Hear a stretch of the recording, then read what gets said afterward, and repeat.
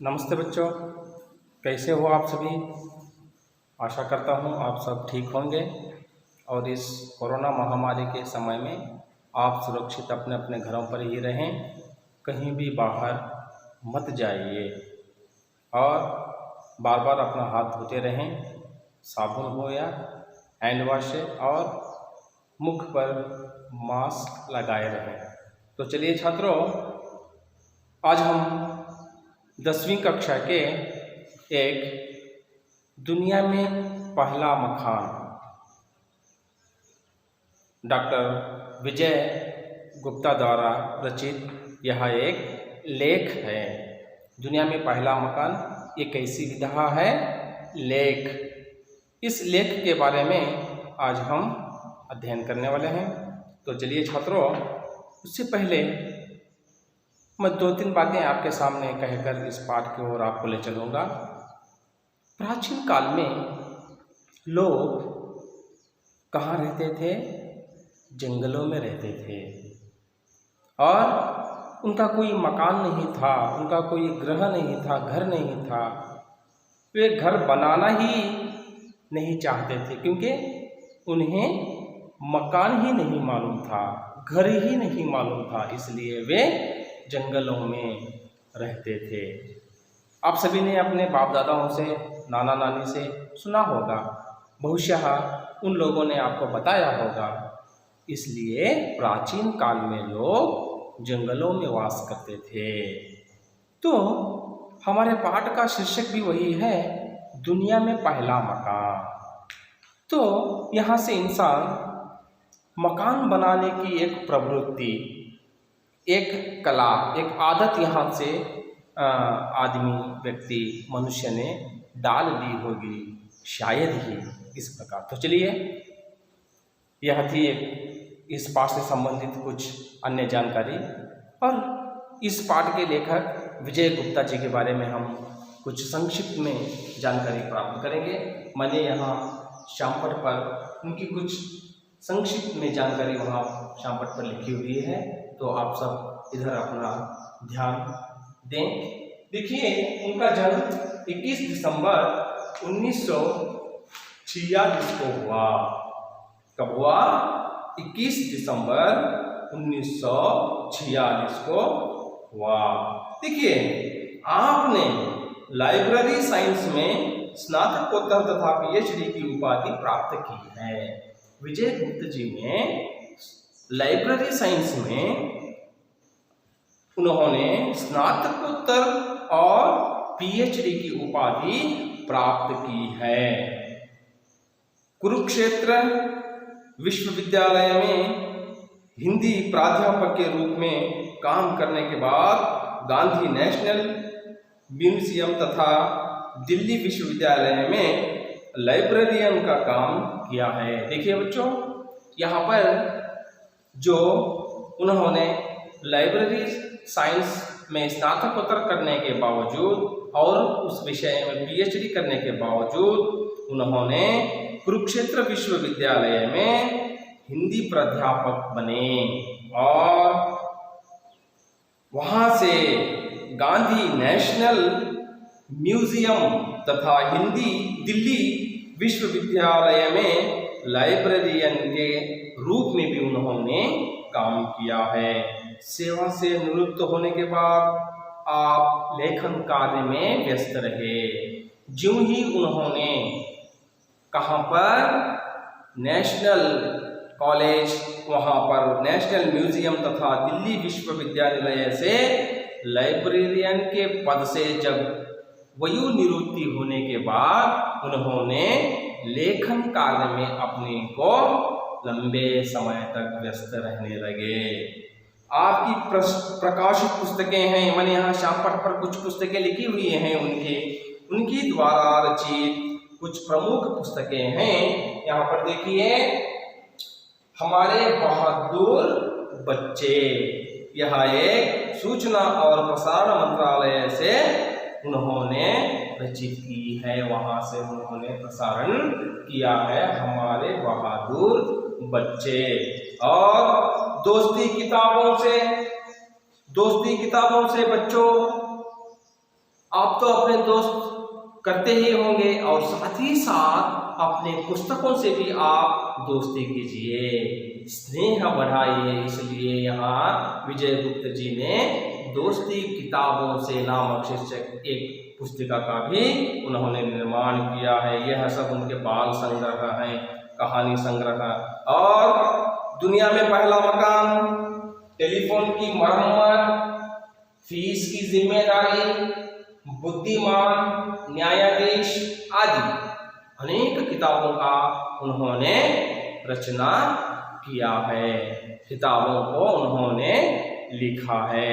तो बच्चों, उनकी संक्षिप्त जानकारी आपने प्राप्त की है। तो अब हम इस पाठ के अंदर आने वाले कुछ शब्दों को मैंने यहाँ श्यामपट्ट पर लिखा हुआ है, आप ध्यानपूर्वक इधर श्यामपट्ट की ओर देखें तो मैं आपको समझाऊंगा। इस पाठ के निहित आने वाले कुछ अन्य वचन शब्दों को मैंने यहाँ लिखा है। देखें, कहानी, कहानियां, कहानी एक वचन, कहानियां बहुवचन, गुफा एक वचन, गुफाएं बहुवचन, पेड़ एक वचन, उसका बहुवचन रूप भी पेड़ ही होगा, पत्ती एक वचन, पत्तियां बहुवचन, हड्डी एक वचन, हड्डियां बहुवचन, मछली एक वचन, मछलियां बहुवचन, लकड़ी एक वचन, लकड़ियां बहुवचन, पट्टी एक वचन, पट्टियां बहुवचन, लोग एक वचन, उसका बहुवचन रूप भी लोग ही होगा, घर एक वचन, उसका बहुवचन रूप भी घर ही होगा। तो बच्चों, ये थे इस पाठ के अंदर आने वाले कुछ अन्य वचन शब्द। और अन्य लिंग शब्द भी मैंने कुछ यहाँ श्यामपट्ट पर लिखे हुए हैं। तो देखें, आदमी क्या है? पुल्लिंग है, उसका स्त्रीलिंग रूप हो गया औरत। हाथी पुल्लिंग है, हाथीनी स्त्रीलिंग रूप हो गया। भैंस पुल्लिंग है, उसका स्त्रीलिंग हो गया भैंसा। शेर पुल्लिंग है, स्त्रीलिंग रूप होगा शेरनी। मोर पुल्लिंग रूप है, उसका स्त्रीलिंग रूप हो गया मोरनी। बहन, बहन यहाँ पर स्त्रीलिंग रूप है और उसका पुल्लिंग रूप हो गया भाई। देखिए, यहाँ पर बहन स्त्रीलिंग है और ये पुल्लिंग है, और यह सब यहाँ पर आप देख सकते हैं, ये सब पुल्लिंग शब्द है। आदमी, हाथी, भैंस, शेर, मोर, ये सब पुल्लिंग, और ये बहन स्त्रीलिंग और ये पुल्लिंग, और ये सब स्त्रीलिंग शब्द हैं। औरत, हाथीनी, भैंसा, शेरनी, मोरनी। तो छात्रों, इसके बावजूद और भी कुछ शब्द यहाँ पाठ के निहित आए हुए हैं, वे हैं पर्यायवाची शब्द। पर्यायवाची शब्द ये 3-4 यहाँ इस पाठ पे आए हुए हैं। देखिए, मकान पर्यायवाची शब्द है, घर, गृह, निवास, आवास, सदन, मंजिल, आगार, ये सब बोल सकते हैं आप। और पेड़, पेड़ का पर्यायवाची शब्द हो गया वृक्ष, दरख्त, ये पेड़ के पर्यायवाची शब्द हैं। और दोस्त शब्द, दोस्त का पर्यायवाची शब्द हो गया मित्र, और साथी, और स्नेही, ये सब दोस्त के पर्यायवाची शब्द हैं। और अंत में एक शब्द है भेंट। भेंट शब्द का पर्यायवाची शब्द होता है उपहार और मुलाकात। देखिए बच्चों, इस पाठ के निहित और कुछ विलोम शब्द भी यहाँ मैंने श्यामपट्ट पर लिखा हुआ है, आप देखें एक एक करके। प्रथम है बहुत, उसका विलोम रूप हो गया थोड़ा। और दूसरा है दिन, उसका विलोम रूप हो गया रात। तीसरा है नीचे, उसका विलोम रूप हो गया ऊपर।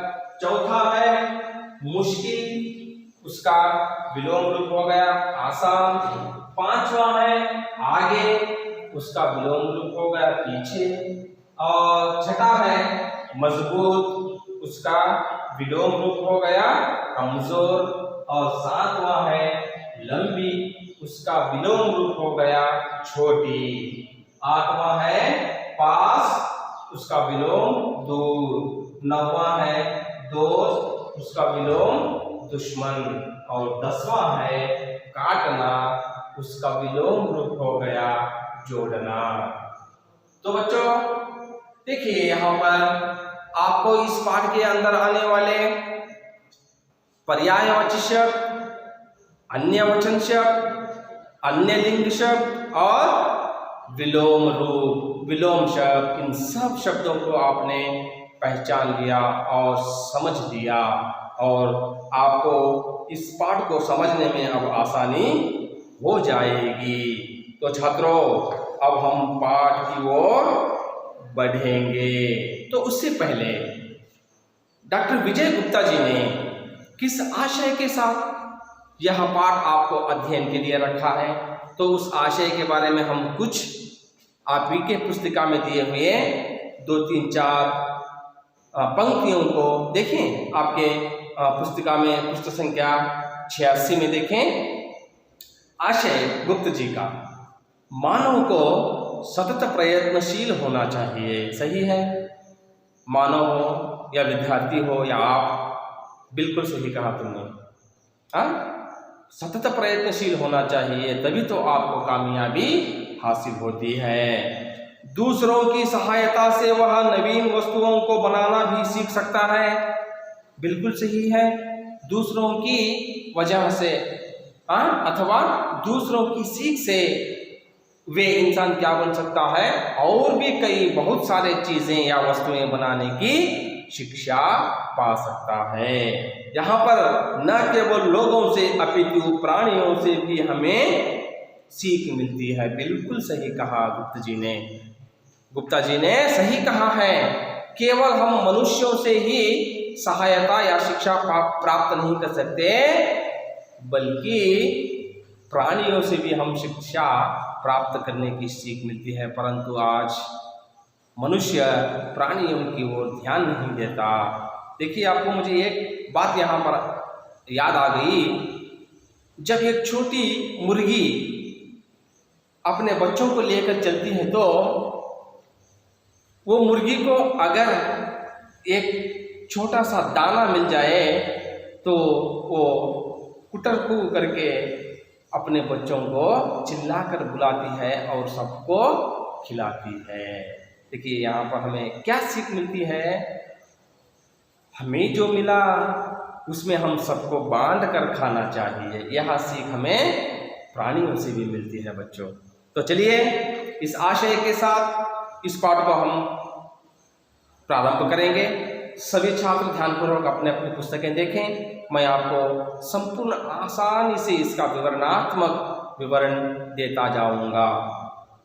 पूर्वोत्तर भारत में बसने वाले सिंगफो आदिवासियों में जो कहानी कही जाती है, उसके अनुसार सबसे पहले आदमी को मकान बनाना बहुत से पशुओं ने सिखाया। देखिए, यहाँ पर एक प्राचीन काल का एक जो कप्ता कहते हैं हम लोग, एक पीढ़ी ये कहते हैं, जो एक पंक्ति कहते हैं, उस समय की जो एक पीढ़ी थी, उस पीढ़ी का मानना है सिंगफो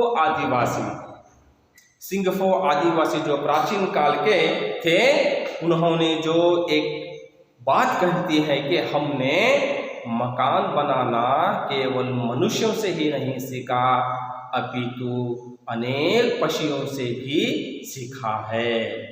स्वयं प्राचीन काल के सिंगफो आदिवासी लोगों ने ही यहाँ बताते हैं। देखिए, उन दिनों आदमी गुफाओं में और पेड़ों के नीचे रहता था। जैसे ही मैंने आपको पहले बताया, प्राचीन काल में लोग कहाँ रहते थे? जंगलों में रहते थे। उसी तरह उन दिनों लोग कहाँ? पहाड़ों में, जंगलों में, पेड़ के नीचे रहते थे। गुफाओं में भी रहते थे। आजकल गुफाओं में शेर रहता है, चीता रहता है।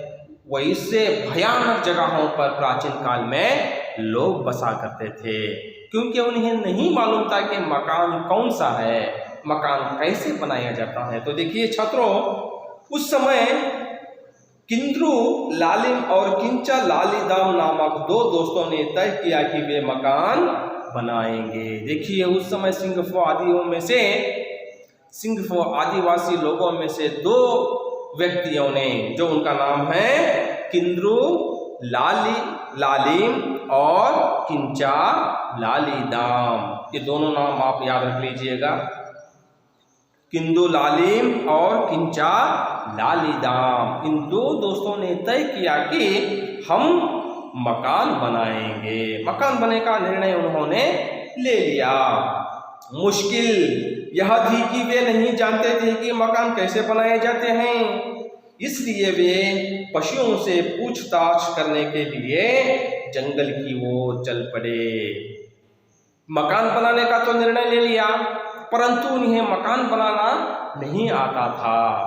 कैसे मकान बनाया जाता है वे नहीं जानते थे, इसलिए उन्होंने तय किया, उन्होंने निर्णय लिया कि हम जंगल की ओर जाएंगे, अनेक प्राणियों से, अनेक पशु पक्षियों से पूछताछ करेंगे, उन्हें पूछेंगे कि मकान कैसे बनाते हैं।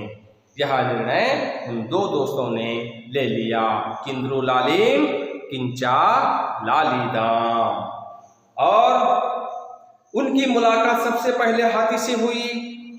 दोनों दोस्तों ने हाथी को नमस्कार किया, फिर कहा, हाथी भाई, हम लोग मकान बनाना चाहते हैं, आप बता सकते हैं कि मकान कैसे बनाए जाते हैं। उन दो दोस्तों ने जंगल की ओर चल पड़ा तो सबसे पहले उन दोनों दोस्तों ने मुलाकात हाथी से की। उन्हें सबसे पहले एक हाथी मिली। हाथी मिलते ही उन दो दोस्तों ने हाथी को नमस्कार किया और बताया, क्या हाथी भाई, आप हमें बता सकते हैं कि मकान कैसे बनाया जाता है, क्योंकि हमें मकान बनाना नहीं जानते। इस प्रकार हाथी से उन दो दोस्तों ने प्रश्न किया। हाथी बोला, इसमें क्या कठिनाई है, पेड़ों से लकड़ी के इतने मोटे और मजबूत गोले काट लो जितने मेरे पैर हैं। उन दोनों दोस्तों के बात सुनते ही हाथी ने कहा, इसमें कौन सी कठिनाई है, इसमें कौन सी मुश्किल है, यह तो बहुत आसान है। आप दोनों एक काम कीजिए, इतने मोटे और मजबूत लकड़ी काट लीजिए जितने मेरे पैर हैं। जैसे हाथी के पैर मोटे होते हैं ना, बहुत बहुत मोटे होते हैं, उस प्रकार तुम लकड़ी के मोटे मोटे और मजबूत काट लो, लकड़ियां काट लो जैसे मेरे पैर होते हैं। इस प्रकार हाथी ने उन दो दोस्तों से कहा। दोनों दोस्तों ने आगे पूछा, इसके बाद क्या करना पड़ेगा? उन दोनों दोस्तों ने, ठीक है हाथी भाई, हम आपके पैर के जैसे मोटे मोटे और मजबूत लकड़ी काट लेंगे, परंतु इसके बाद हमें क्या करना पड़ेगा? यह सवाल, यह प्रश्न उन दोनों दोस्तों ने फिर हाथी से पूछा। तो हाथी ने कहा, हाथी ने उत्तर दिया, आगे की बात मैं नहीं जानता, मुझे रत्ती भर भी पता नहीं भाई। हाथी ने उन दोनों दोस्तों से कहा, आगे का तो मुझे कुछ नहीं पता, आगे की बात तो मैं नहीं जानता, मुझे रत्ती भर भी मालूम नहीं है। रत्ती भर यह अर्थ क्या है? छोटा, जर्रा सा भी मुझे आगे का पता नहीं है। इस प्रकार हाथी ने उन दोनों दोस्तों से कहा। दोनों दोस्त आगे बढ़े, रास्ते में उन्हें सांप मिला। हाथी की बातें सुनकर दोनों दोस्तों ने जंगल में फिर आगे बढ़े और उन्हें कुछ दूर जाने के बाद उन्हें सांप मिला। दोनों ने सांप को रोका, उसे नमस्कार किया, बोले, सांप भाई, हम लोग घर बनाना चाहते हैं, आप बता सकते हैं कि कैसे बनाया जाए? हाथी ने हमसे कहा है कि उसके पैर जैसे मजबूत और मोटे लकड़ी के गोले पेड़ से काट लो, उसे बस इतना ही मालूम है, आगे की बात वह नहीं जानता। जैसे ही आगे बढ़ते ही उन दोनों दोस्तों को सांप मिला तो सांप को उन दो दोस्तों ने रोक दिया। और सांप को नमस्कार किया और बोला, सांप भाई, हम मकान बनाना चाहते हैं। हमें अभी अभी कुछ देर पहले हाथी भाई मिले थे। हाथी भाई ने हमें बताया उसके पैर के जैसे मोटे मोटे लकड़ी गोले काट लो। और आगे का हमने हाथी भाई से पूछा, हाथी को आगे का कुछ नहीं मालूम था, इसलिए हम आगे बढ़ गए और हमें आप मिल गए। क्या हमें तुम बता सकते हो कि हम मकान कैसे बनाएं? इस प्रकार दोनों दोस्तों ने सांप से कहा। सांप ने कहा, ऐसा करो कि लकड़ी ऐसी पतली और लंबी काटो जैसा मैं हूँ। फिर सांप ने उन दो दोस्तों को बताया, देखो भाई, जैसे हाथी ने अपने मोटे मोटे गोले लकड़ी काटने को कहा, उसके बाद आप इतने पतली और लंबी लंबी लकड़ियां काट लेना जैसा मैं हूँ। सांप ने फिर उन दो दोस्तों को बताया। दोनों दोस्तों ने पूछा, इसके बाद फिर क्या करना पड़ेगा? उसी तरह फिर दोनों दोस्तों ने सांप से पूछा, ठीक है, हम आपकी जैसी लंबी और पतली लकड़ियां काट लेंगे, पर उसके बाद हमें क्या करना है? सांप से पूछा तो सांप ने जवाब दिया, आगे की बात मैं नहीं जानता, मुझे रत्ती भर पता नहीं। मैं भी आगे का कुछ नहीं जानता, मुझे रत्ती भर भी पता नहीं। दोनों दोस्त और आगे बढ़े। रास्ते में सड़क किनारे उन्हें एक भैंस खड़ी मिली। भैंस का भैंसा मर गया था। भैंसे का मांस दूसरे जानवर खा गए थे। खाली पंजर पड़ा था।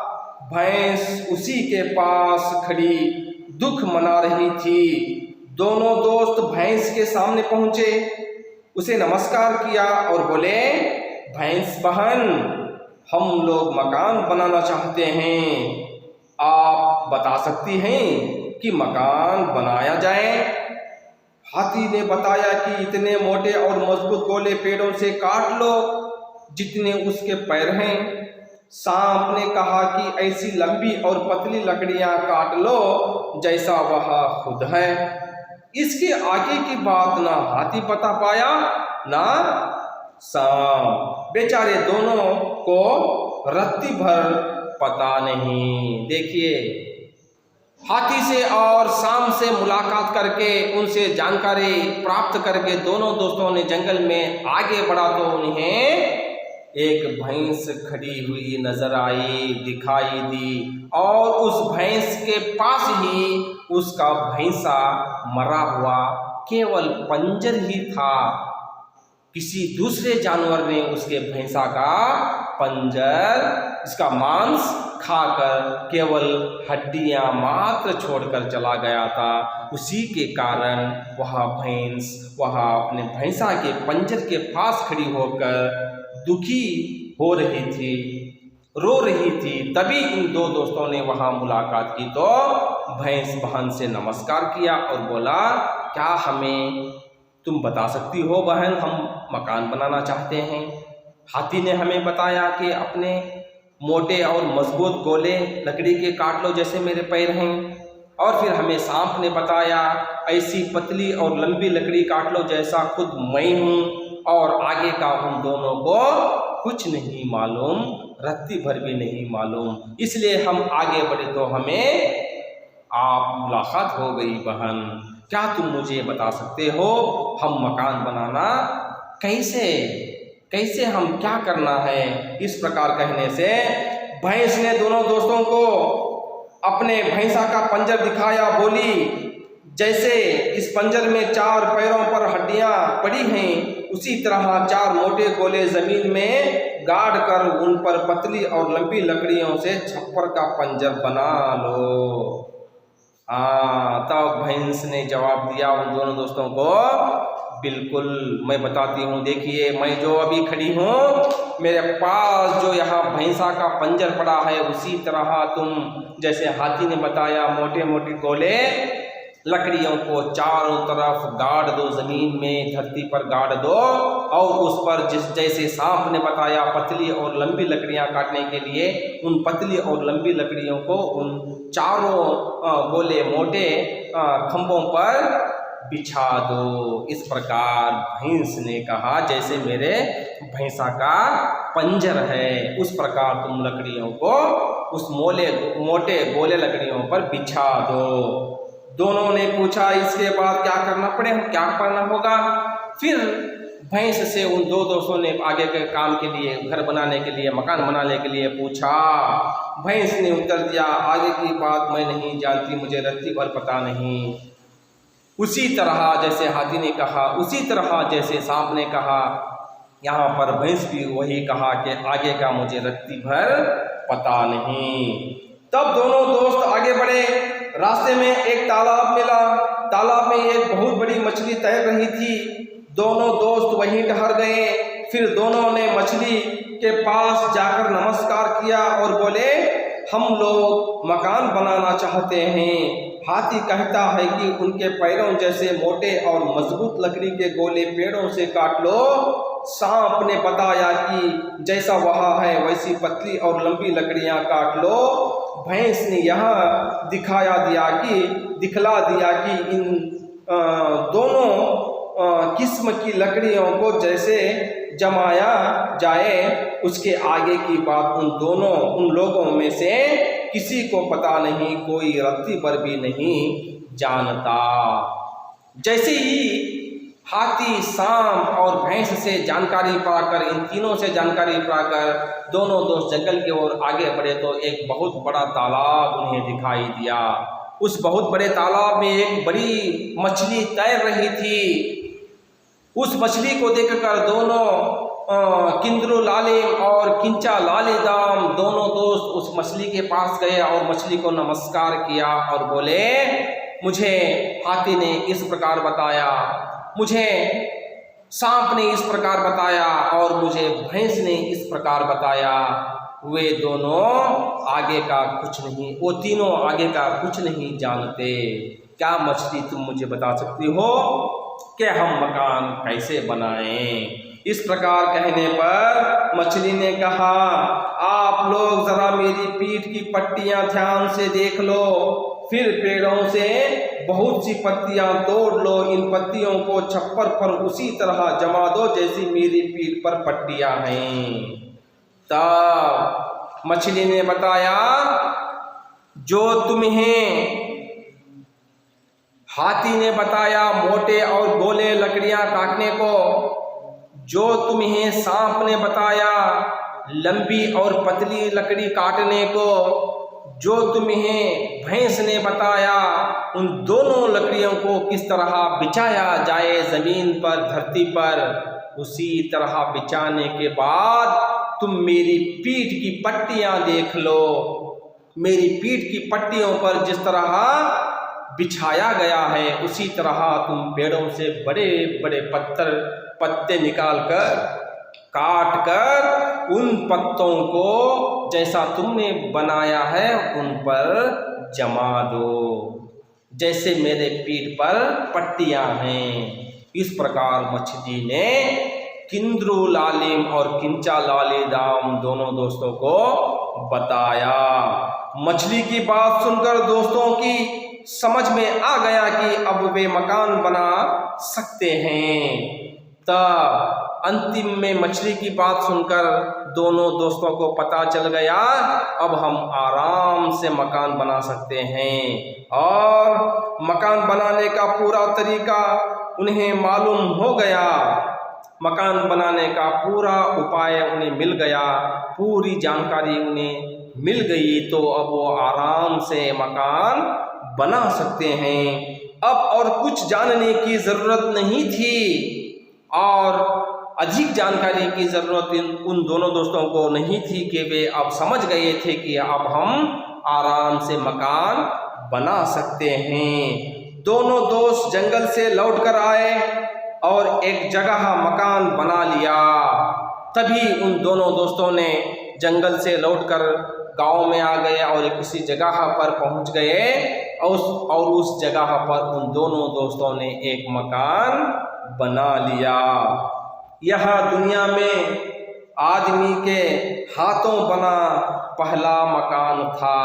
यही मकान जो दुनिया में आदमी के हाथ से बना सबसे पहले सर्वप्रथम मकान यानी घर बना। इस प्रकार किंद्रू लालिंग और किंचा लालीदाम नामक दो दोस्तों ने मकान बनाने का निर्णय करके अंतिम में मकान बना ही लिया। प्रमुख 4 जानवरों या प्राणियों से सीख प्राप्त करके प्रथम उन्होंने हाथी से मिला, बाद में सांप से मिला, बाद में भैंस से मिला, अंतिम में मछली से मिलकर उन्होंने मकान बनाने की पूरी जानकारी प्राप्त कर ली। आशा करता हूँ छात्रों आपको यह पाठ संपूर्ण रीति से आसान तरीके से मालूम हो गया होगा।